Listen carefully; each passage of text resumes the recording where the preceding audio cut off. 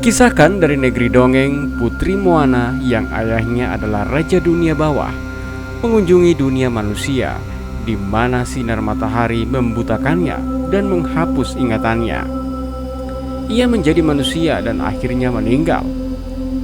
Raja percaya bahwa pada akhirnya rohnya akan kembali ke dunia bawah.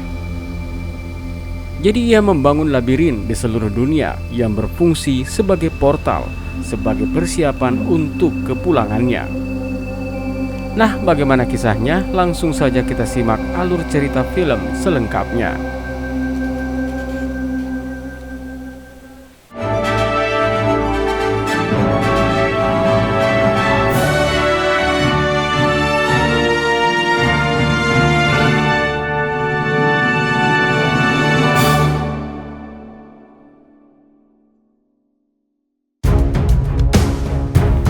Film ini mengambil latar cerita pada masa Perang Dunia II di Spanyol tahun 1944. Saat itu seorang gadis muda bernama Ophelia pergi bersama ibunya yang sedang hamil dan sakit untuk bertemu dengan ayah tirinya, Kapten Vidal, yang sangat sadis dan kejam. Selama dalam perjalanan, tiba-tiba saja Carmen merasa mual, sehingga mobil pun terpaksa dihentikan selagi sang ibu menenangkan diri. Ophelia menjelajah sekitar dan menemukan sebuah batu aneh. Tak jauh dari sana, gadis itu melihat patung yang belum lengkap, lalu menempatkan batu yang ditemukan untuk menutup lubang tersebut. Dan tiba-tiba saja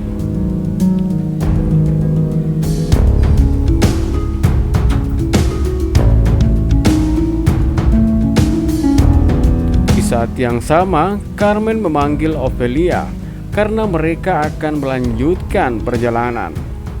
Selama itu Carmen mengingatkan Ophelia untuk menunjukkan rasa hormat kepada kapten yang kini menjadi ayah tirinya. Beberapa waktu kemudian, rombongan itu tiba di sebuah kamp militer di mana suami Carmen, Kapten Vidal, menyambut dengan hangat. Meskipun mengetahui kedatangan sedikit terlambat, di sisi lain Ophelia menuruti nasihat sang ibu, menunjukkan rasa hormat kepada Vidal. Namun ketakutan membuatnya menggunakan tangan yang salah. Lalu sang kapten pergi bersama sang istri. Sementara itu Ophelia menemukan serangga yang diyakini serangga yang sebelumnya muncul dari patung batu. Segera gadis itu mengikuti sampai akhirnya tiba di sebuah reruntuhan. Ketika mencoba menjelajah lebih jauh, tiba-tiba saja Mercedes datang untuk menghentikan. Mercedes menjelaskan bahwa reruntuhan itu dulunya adalah sebuah labirin kuno. Akan sangat berbahaya jika Ophelia masuk, apalagi sampai tersesat di dalamnya. Malam harinya ditampilkan Vidal sedang menyusun strategi bersama anak buahnya untuk membasmi seluruh pemberontak. Bersamaan dengan itu, Mercedes datang menyediakan makanan, dan wanita itu juga berkesempatan secara diam-diam untuk mengintip peta yang diletakkan tanda lokasi pos-pos terbaru. Sementara itu dokter di camp, Dr. Ferrero, memberikan obat kepada Carmen untuk membantunya terlelap. Ketika meninggalkan kamar Carmen, Mercedes menghampiri Ferrero, membisikkan tentang luka seorang pasien yang semakin memburuk, dan sebagai tanggapan sang dokter pun memberikan sesuatu. Lalu ia pergi menemui Kapten Vidal. Di bawah mereka, Dr. Ferro tiba di ruangan Vidal, melaporkan tentang kondisi Carmen yang buruk, tetapi bayinya sehat. Anehnya, kabar ini membuat Vidal lega. Terungkap bahwa dia sama sekali tidak peduli dengan kondisi Carmen.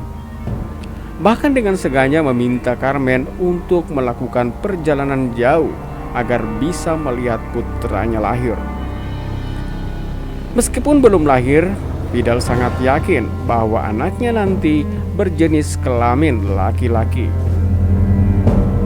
Tiba-tiba saja terdengar kegaduhan dari luar, yang mana ternyata para prajurit menangkap ayah dan anak setelah mendengar suara tembakan.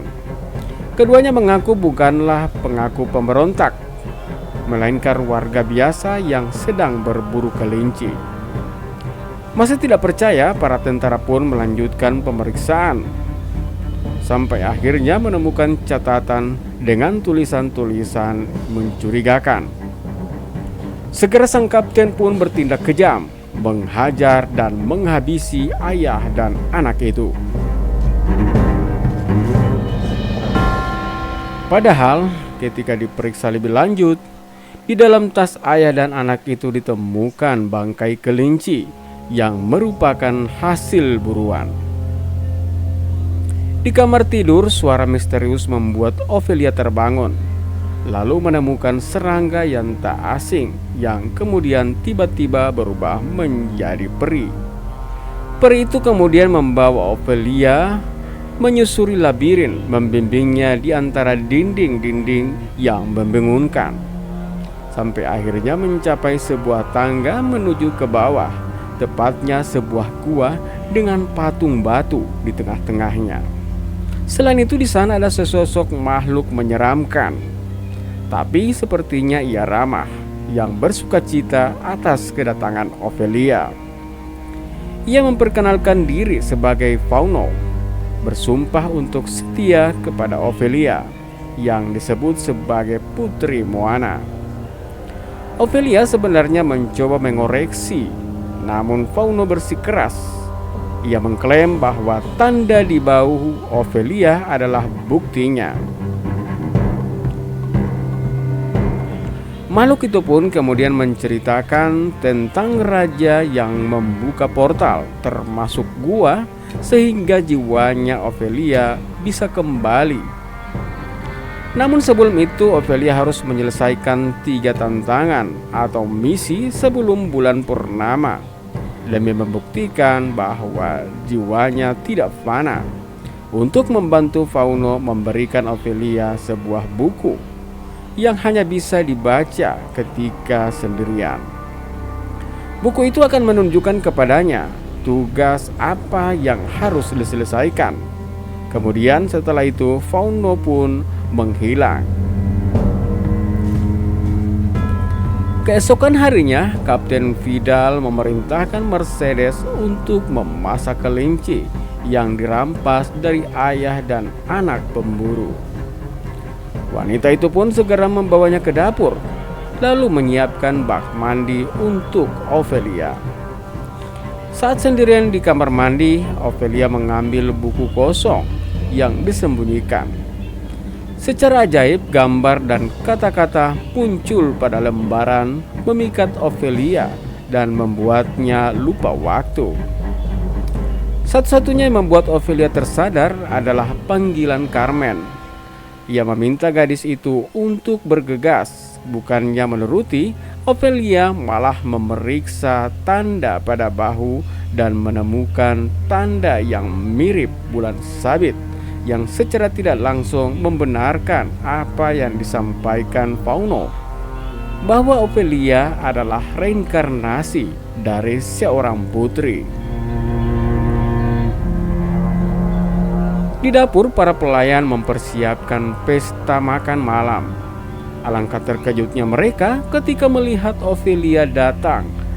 Gaunnya yang dijahit oleh Carmen terlihat indah dikenakan oleh Ophelia, sehingga semua pun memberikan pujian.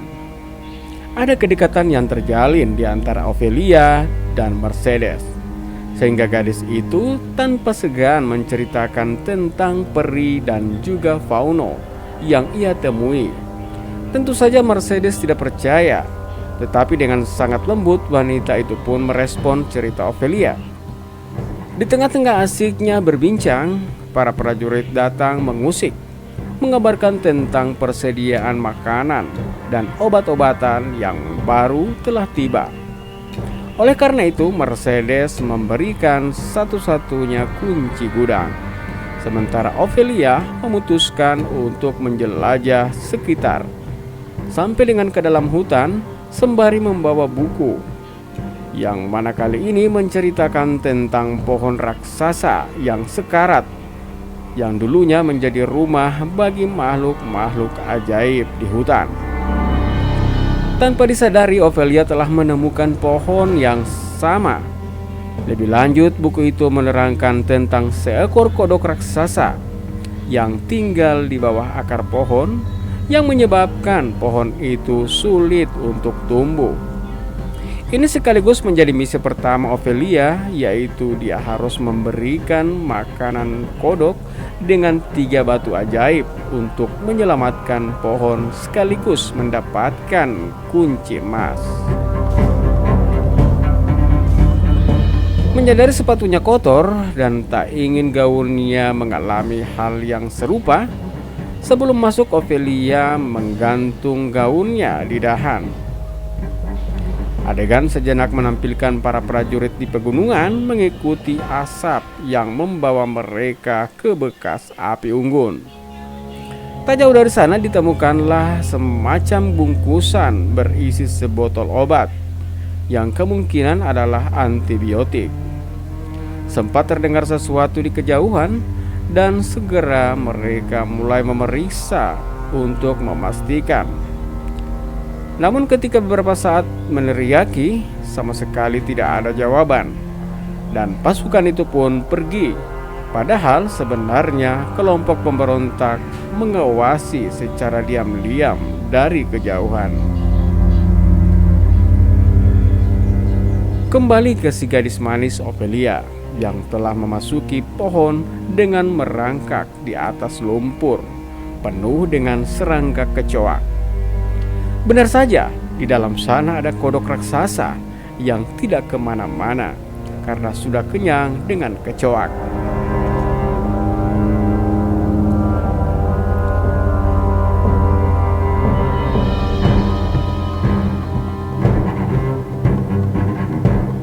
Ophelia kemudian menemukan serangga dan mencoba menawarkan sembari menyelipkan 3 batu. Tentu saja si kodok dengan senang hati melahap semua itu. Lalu, wow, dimakan. Oh. Setelah mendapatkan kunci emas, saat keluar Ophelia menemukan gaun barunya telah jatuh ke lumpur, yang mana tentu saja membuat gadis itu bersedih. Belum cukup sampai di situ, tiba-tiba saja hujan melanda.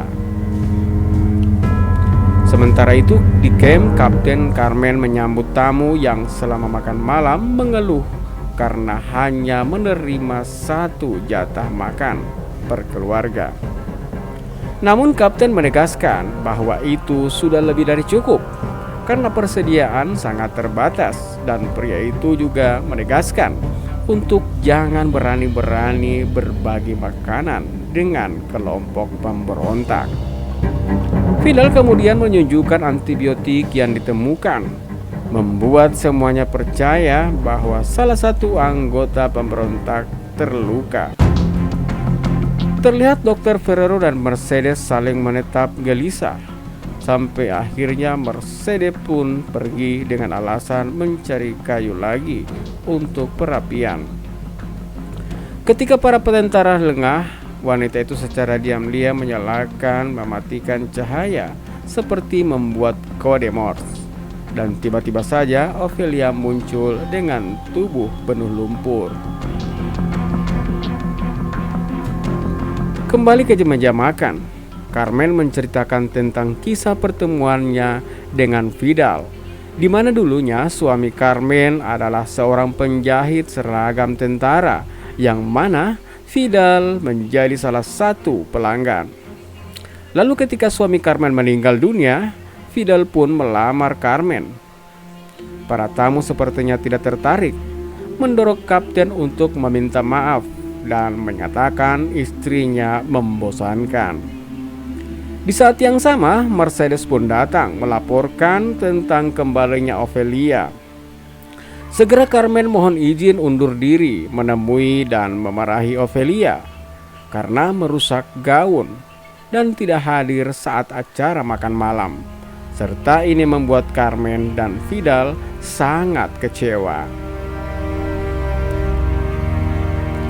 Seolah masih belum puas, beberapa waktu kemudian Ophelia nekat kembali ke labirin, di mana saat bertemu Fauno meminta agar Ophelia menyimpan kunci tersebut dan memberikan sepotong kapur. Makhluk itu berjanji bahwa Ophelia akan segera menuju ke istana setelah menyelesaikan misi-misi lainnya. Namun pada momen ini Ophelia mulai ragu karena mengingat apa yang dikatakan Mercedes tentang makhluk itu. Keesokan harinya Ophelia kembali memeriksa buku di kamar mandi. Sangat mengejutkan, tak ada cerita atau penjelasan tentang misi. Halaman-halaman seketika berubah menjadi merah yang ternyata adalah tanda bahaya.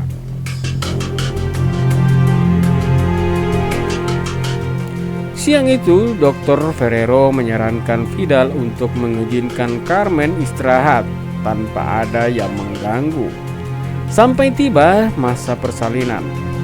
Saran ini membuat Ophelia terpaksa pindah tidur ke ruangan loteng demi memberikan sang ibu ketenangan.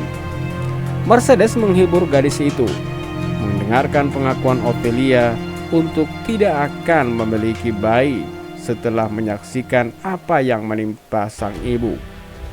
Selain itu, Ophelia juga mengungkapkan bahwa dia tahu tentang Mercedes yang membantu kelompok pemberontak dan berjanji tidak akan memberitahukan kepada siapapun. Beberapa waktu kemudian, Mercedes menyelinap ke dapur, mengambil beberapa surat dari tempat rahasia. Terungkap bahwa apa yang diketahui Ophelia adalah benar, dan bahkan Dr. Ferrero juga ikut membantu. Mereka bertemu dengan kelompok pemberontak di hutan yang dipimpin oleh Pedro, saudara laki-laki Mercedes. Kembali ke Ophelia, pagi dini hari Fauno menanyakan mengapa gadis itu masih belum melakukan misi berikutnya. Setelah dijelaskan duduk permasalahannya, makhluk itu pun memberikan Ophelia akar metrik dan menginstruksikan untuk menempatkannya di dalam semangkuk susu, lalu diletakkan di bawah tempat tidur Carmen. Lalu Fauno menambahkan bahwa setiap harinya Ophelia harus memberikan 2 tetes darah, yang mana semua ini bertujuan untuk menyembuhkan Carmen. Selain itu, Fauno juga meminjamkan beberapa peri yang akan membimbing, dan terakhir Fauno memperingatkan tentang makhluk mengerikan yang akan Ophelia temui, yang menawarkan pesta dengan makanan dan minuman yang nikmat. Tapi Ophelia dilarang menikmatinya. Di pegunungan, kelompok pemberontak membawa Mercedes dan Ferrero ke lokasi persembunyian mereka. Mercedes memberikan perbekalan kepada para pria, sementara sang dokter merawat seorang pria yang lukanya semakin parah, sehingga tidak ada pilihan selain amputasi. Di camp, Ophelia melakukan apa yang diarahkan oleh buku, menggunakan kapur dan Fauno untuk menggambar pintu pada dinding. Pintu tersebut membawanya ke sebuah koridor. Setelah turun menggunakan kursi, gadis itu membalikan jam pasir sebagai penanda waktu, di mana ia harus kembali sebelum pasir terakhir jatuh, tanpa memakan dan meminum apapun yang ditawarkan di dalam.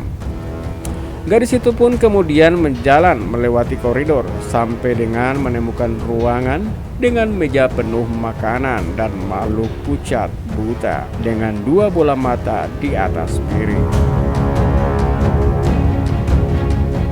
Di langit-langit ada lukisan yang menceritakan tentang makhluk pucat memancing anak-anak untuk berpesta, lalu melahap mereka. Tumpukan sepatu anak-anak di salah satu sudut ruangan membuktikan kebenaran cerita tersebut. Lalu sesuai dengan petunjuk dari buku, Ophelia segera melepaskan peri yang menunjukkan pintu-pintu kecil. Jadi Ophelia diminta untuk membuka salah satu dari pintu-pintu tersebut untuk mendapatkan benda penting selanjutnya.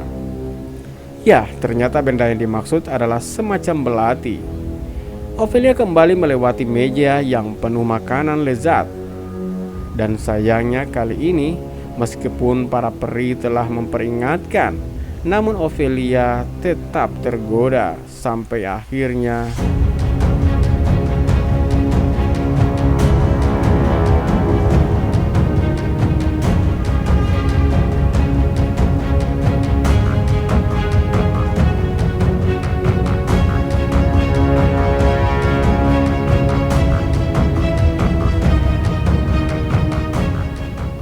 sialnya lagi seluruh pasir pada jam telah jatuh.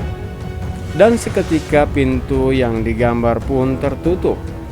Tak ada pilihan bagi Ophelia selain membuka pintu yang baru atau mati di lahap monster.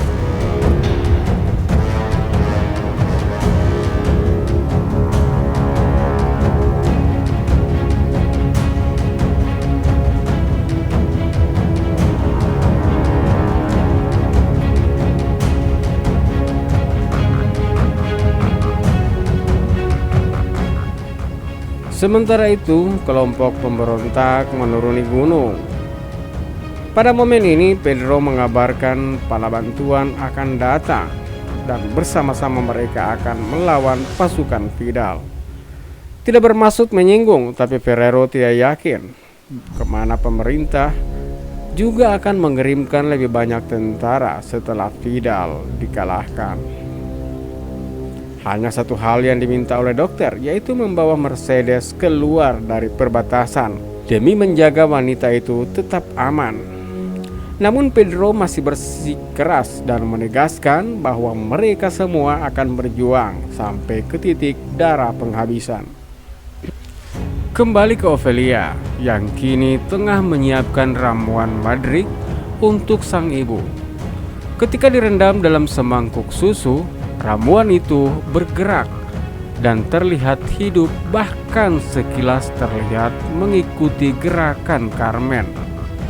Bersamaan dengan itu, Dr. Ferrero datang dan mencoba memberikan obat yang ternyata direspon dengan baik oleh Carmen. Namun Vidal mengatakan sesuatu yang kejam, bahwa jika harus memilih, ia memaksa dokter untuk sebisa mungkin menyelamatkan bayi. Tentu saja Ophelia mendengarnya dan merasa khawatir akan nasib sang ibu. Tiba-tiba saja terdengar suara ledakan yang membuat semua bersiaga. Para pasukan pun segera memeriksa dan mereka melihat api dan asap dari kejauhan, sehingga memutuskan untuk mendatangi. Sementara Ophelia memanfaatkan kesempatan untuk keluar, lalu berbicara kepada adik yang masih dalam kandungan, memintanya untuk lahir tanpa menyakiti ibu mereka. Dan sebagai imbalan, sang adik akan dijadikan pangeran di istananya. Di TKP, para tentara menemukan kereta yang rusak akibat ledakan. Namun kargo masih tetap utuh, yang mana menguatkan dugaan mereka bahwa ini adalah ulah kelompok pemberontak. Tak lama berselang, ledakan terjadi lagi, yang mengisyaratkan bahwa camp dalam bahaya. Kelompok pemberontak telah menyusup dan menjarah gudang. Beberapa saat kemudian, para tentara memeriksa gemboknya, sama sekali tidak menemukan kerusakan. Dan ini benar-benar mencurigakan. Dipimpin Vidal, para tentara kemudian melakukan pengejaran. Pada akhirnya mereka berhasil menghabisi beberapa anggota pemberontak dan menyisakan satu yang masih hidup, membawanya ke gudang untuk diinterogasi. Mendengar hal ini, segera Mercedes pun pergi untuk memeriksa karena khawatir saudaranya yang tertangkap. Ternyata yang tertangkap bukanlah Pedro, tapi meskipun demikian Mercedes akan tetap berusaha menolongnya.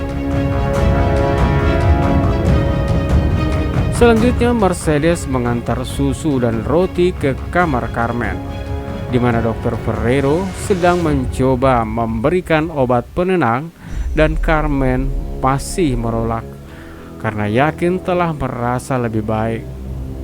Sementara itu di gudang, Vidal melakukan interogasi dan mengetahui bahwa pria yang mereka tawan sulit berbicara. Sang kapten memberikan kesempatan atau mungkin lebih tepatnya tantangan jika pria pemberontak itu bisa berbicara 3 kali dengan lancar, maka akan dibebaskan. Malam harinya, Fauno kembali mengunjungi Ophelia di kamarnya. Gadis itu berterima kasih karena kini kondisi sang ibu menjadi lebih baik, serta meminta maaf karena membuat 2 peri dimakan. Peri yang tersisa segera berbisik kepada Fauno melaporkan apa yang terjadi, dan tentu saja itu membuat Fauno marah. Dan ia sangat menyesal Ophelia memberikan belati yang ia dapat. Meskipun Fauno masih marah, makhluk itu mengklaim bahwa Ophelia telah gagal dan hanya akan menjadi manusia biasa seumur hidupnya. Tak ingin lagi membantu, Fauno pun pergi menghilang. Keesokan harinya, Dr. Ferrero dipanggil untuk mengobati tawanan yang mengalami luka parah. Sementara dia memeriksa, Vidal menemukan botol antibiotik di tas dokter, yang mana itu cukup mencurigakan. Ketika Vidal pergi, si pria tawanan mengatakan bahwa dirinya sudah tidak kuat, khawatir akan memucurkan rahasia. Pria itu pun memohon kepada dokter agar mengakhiri penderitaannya. Di ruang kerja, Vidal memeriksa lebih lanjut, dan kini dia benar-benar yakin bahwa obat yang dimiliki dokter sama dengan yang mereka temukan pada bungkusan yang diduga milik pemberontak. Saat hendak menangkap dokter, Vidal mendengar sesuatu dari Carmen, lalu segera menemukan Ophelia di bawah tempat tidur, serta menemukan akar mandrake. Carmen pun terbangun melakukan hal yang sama dengan Vidal, yaitu memarahi Ophelia. Vidal mengatakan bahwa ini semua salah Carmen yang telah membiarkan Ophelia percaya pada omong kosong seperti dongeng dan sihir.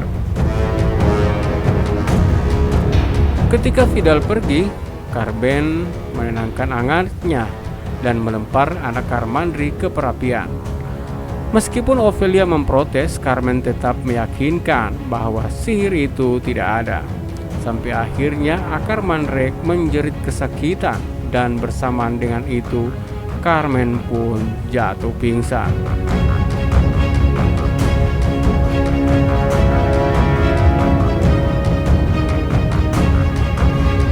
Di gudang, Vidal menemukan bahwa Ferrero telah menyuntik mati si pria tawanan. Sang dokter mengklaim bahwa hanya itu yang bisa ia lakukan untuk menyelamatkan si pria tawanan dari luka yang begitu parah. Tentu saja pernyataan tersebut membuat Vidal semakin berang, sehingga dokter ditembak mati. Tepat setelah itu, seorang pelayan datang dan melaporkan bahwa Carmen akan segera melahirkan. Sesaat kemudian, beberapa kali terlihat pelayan yang mondar-mandir membawa selimut bersimbah darah. Sementara Vidal dan Ophelia menunggu dengan cemas. Pada akhirnya tim medis mengumumkan bayi laki-laki yang lahir sehat namun sayangnya Carmen tidak selamat. Keesokan harinya setelah upacara pemakaman, Ophelia memberikan kamar Carmen, mengambil obat penenang, dan sempat cukup lama memperhatikan kursi roda yang kosong, seolah sang ibu masih duduk di sana. Malam itu, Vidal meminta Mercedes datang ke ruangannya untuk memberitahukan tentang pengkhianatan. Dia menduga ada informan pemberontak di camp, dan jika berhasil menemukan, orang itu akan dihabisi. Kemudian Vidal pun memerintahkan Mercedes untuk mengambil minuman di gudang, tapi segera menghentikan sembari mengingatkan bahwa gudang hanya memiliki satu kunci. Ini adalah sebuah sindiran, namun Mercedes hanya mengabaikan. Lalu setelah mengambil kunci, wanita itu pun segera pergi, bukan ke gudang, tapi bersiap untuk melarikan diri, karena yakin Kapten Vidal telah mengetahui. Setelah menyiapkan semuanya, Mercedes mengucapkan perpisahan kepada Ophelia, dan sangat mengejutkan, ternyata gadis itu juga ingin ikut pergi. Tak ada pilihan selain membawanya, karena yakin Vidal hanya akan menjadikannya budak. Keduanya pun meninggalkan camp. Namun belum jauh melangkah, Ophelia segera diseret ke kamar dan diperlakukan dengan kasar. Kemudian setelah mengurung gadis itu, Vidal menginterogasi Mercedes, dan di gudang dia memerintahkan anak buahnya untuk memburu semua nama-nama yang tertulis di surat, karena yakin semuanya adalah anggota pemberontak. Lalu saat hendak menyiksa, ternyata Mercedes telah siap dengan pisau dapur yang selalu ia bawa kemana-mana. Wanita itu menyerang dengan brutal, lalu segera melarikan diri.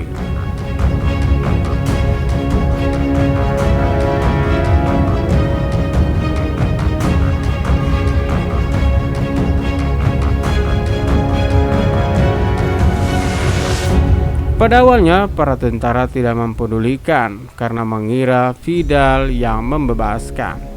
Namun tiba-tiba saja Vidal muncul dengan tubuh penuh luka, memerintahkan anak buahnya untuk menangkap Mercedes, segera menuju ke hutan, berlari dari kejaran prajurit yang menunggangi kuda. Tentu saja pada akhirnya wanita itu kelelahan, dan satu-satunya cara untuk menghindari siksaan adalah mengakhiri kehidupan. Dan tak disangka-sangka, tiba-tiba saja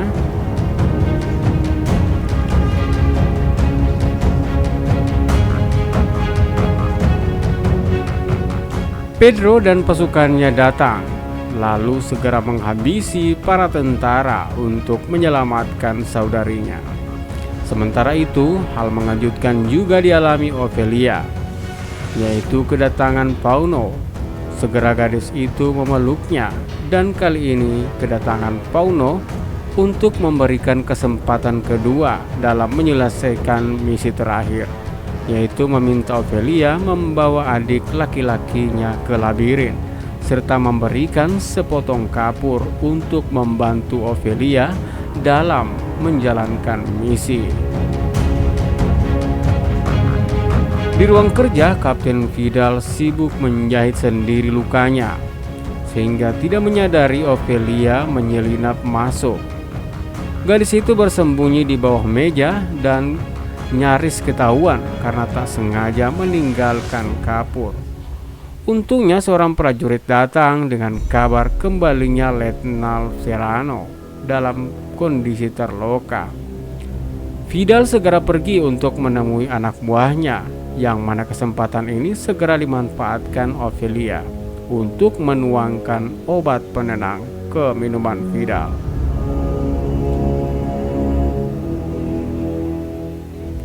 Di ruangan lain, Vidal mengetahui bahwa sisa tentara yang mengejar Mercedes telah tewas. Diperkirakan jumlah pasukan pemberontak ada sekitar 50 orang, sedangkan pasukan Vidal hanya tersisa kurang dari 20 prajurit. Tentunya ini sangat tidak menguntungkan bagi sang kapten. Sementara itu, Ophelia berhasil mengambil adiknya dan segera bersembunyi ketika Vidal kembali. Saat menenggak minuman bersamaan dengan terjadinya ledakan, Vidal pun mengetahui tindakan Ophelia. Pria itu mengejar Ophelia. Walaupun obat tidur mulai bekerja dan bahkan perang mulai membara, dia tetap tidak akan melepaskan bayinya begitu saja. Beberapa saat kemudian, Ophelia telah berhasil melewati labirin. Ada dinding yang terbuka secara ajaib untuk mencapai tangga. Dan setelah Ophelia masuk, dinding tersebut tertutup kembali. Fauno menyambut sembari memegang belati, yang mana membuat Ophelia curiga. Makhluk itu menjelaskan bahwa dibutuhkan setetes darah dari yang tak berdosa untuk membuka portal ke kerajaan. Namun Ophelia menolak melukai adik laki-lakinya. Tidak peduli meskipun Fauno marah dan Ophelia tidak mendapatkan tahta. Di saat yang sama, Vidal mendapatkan jalan untuk masuk.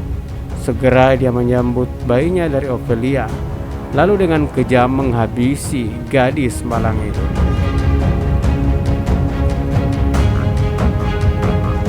Tak lama setelah meninggalkan labirin, Vidal menyadari bahwa dirinya telah dikepung oleh para pemberontak. Sang kapten dengan berat hati menyerahkan bayinya kepada Mercedes, memohon Arga memberitahu kepada bayi itu tentang bagaimana ayahnya gugur.